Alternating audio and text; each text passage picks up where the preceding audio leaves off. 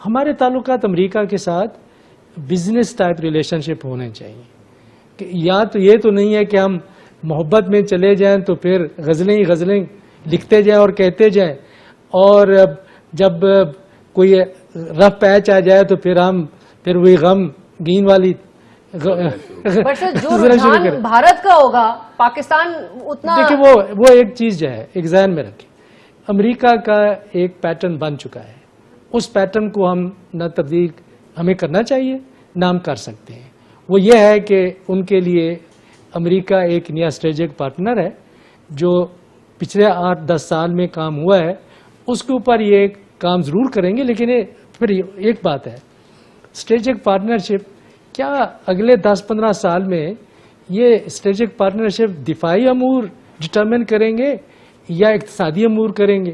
اگر اقتصادی امور کرتے ہیں جس کی میں توقع رکھتا ہوں تو پھر انڈیا ان کے لیے ایک بہت بڑی مارکیٹ تو ضرور ہے, لیکن اگر پھر اپنی مارکیٹ کو انہوں نے تحفظ دینا ہے تو پھر وہ جو جابز انڈیا چلے گئے ہیں ان کو جب واپس لے آئیں گے تو کیا وہ ٹینشن نہیں پیدا ہوگی؟ یہ بڑا انڈیفائنڈ ایریاز ہیں.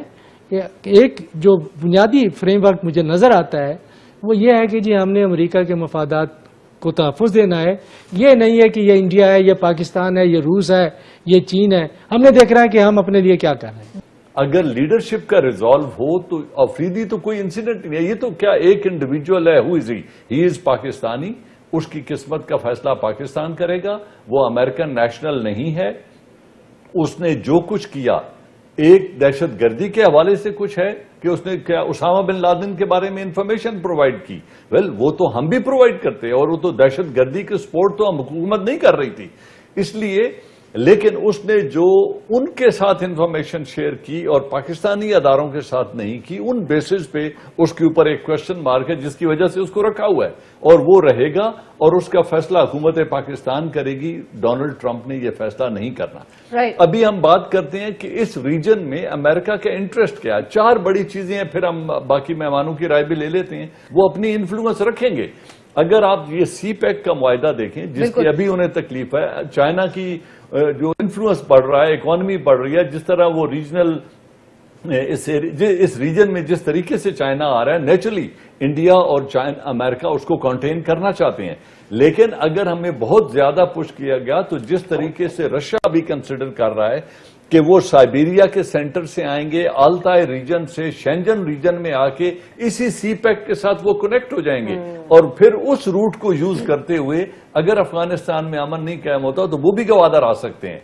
اگر ہم ایران کی آئل اور گیس کی سپلائی لے لیں اور اس کو کنیکٹ کر کے ان کو اس ریجن کے ساتھ کنیکٹ کر دیں تو پاکستان ایک ایسی لوکیشن پہ بیٹھا ہے, ایک اتنا اہم ملک ہے کہ اس کو وہ دھکا دے کے کسی کی گود میں بھیجنا نہیں چاہے گا. تو ہماری امپورٹنس بھی رہے گی. رہا ان کا یہ کہنا کہ ہندوستان کے وہ نزدیک جائیں گے, 2 ہندوستان کی اس وقت خواہشات ہیں جن کے بارے میں اسے دنیا کی کوئی طاقت ہیلپ نہیں کر سکتی جب تک ویٹو سسٹم موجود ہے. وہ NSG میں انٹری چاہتے ہیں, چائنا ان کو انٹری نہیں کرنے دے گا.